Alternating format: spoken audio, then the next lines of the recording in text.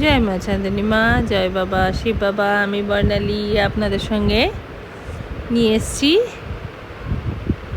চূড়া দিদির হাসি খুশি ফ্যান ক্লাবে। বন্ধুরা এসেছিল, ওরা ঘুগনি পাউরুটি খেতে খুব ভালোবাসে। আসলে আমার রান্নার দিদি খুব ভালো রান্না করেন। তো এটা ছিল ওই লোকাল যে পাউরুটি, এখন মডার্নেরও এসে গেছে, ওটাই। আর ছিল চা, আর ছিল ওরা নিয়ে এসেছিল উড়িষ্যার একটা মিষ্টি, যেটার নাম হচ্ছে ছানা পোড়া। এটা খুব অসাধারণ খেতে মিষ্টিটা। তো এটা সেটা গল্প করতে করতে বন্ধুর মেয়েটিও আমার সঙ্গে এসেছিল, ও জার্নালিস্ট। তো বললো যে, আমি বললাম কি তুমি ঠাকুর দেখতে যাবে নাকি বয়ফ্রেন্ডের সাথে? তখন বললো যে বয়ফ্রেন্ড তো এখন কেটে গেছে আপাতত। ভীষণ স্মার্ট মেয়েটা, কিন্তু যেতে চায় না। এমনি বন্ধুরা আছে, তাদের সঙ্গে গেলেও যেতে পারি, কিন্তু এত ভিড় না, পোষায় না।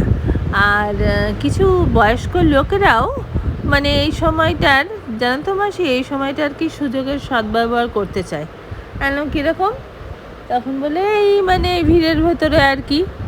তখন আমি বললাম হ্যাঁ, সে অভিজ্ঞতা আমার আছে, কারণ আমরাও তো একদিন তোমাদের বয়সে পার হয়ে এসেছি।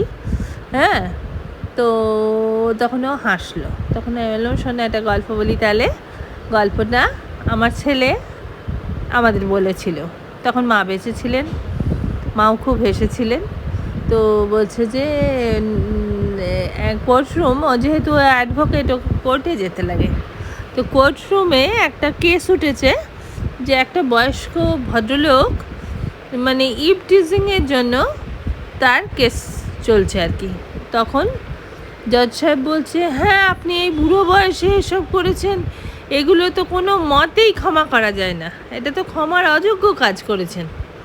তখন সেই যে ভিকটিম আর কি, বয়স্ক ভদ্রলোক বললো, জজ সাহেব আমি মার্জনা করবেন, আমি এই জিনিসটা না এখন করিনি, তখন আমার বয়সও কম ছিল, ওরও মানে যাকে বিরক্ত করেছিলাম ওরও বয়স কম ছিল।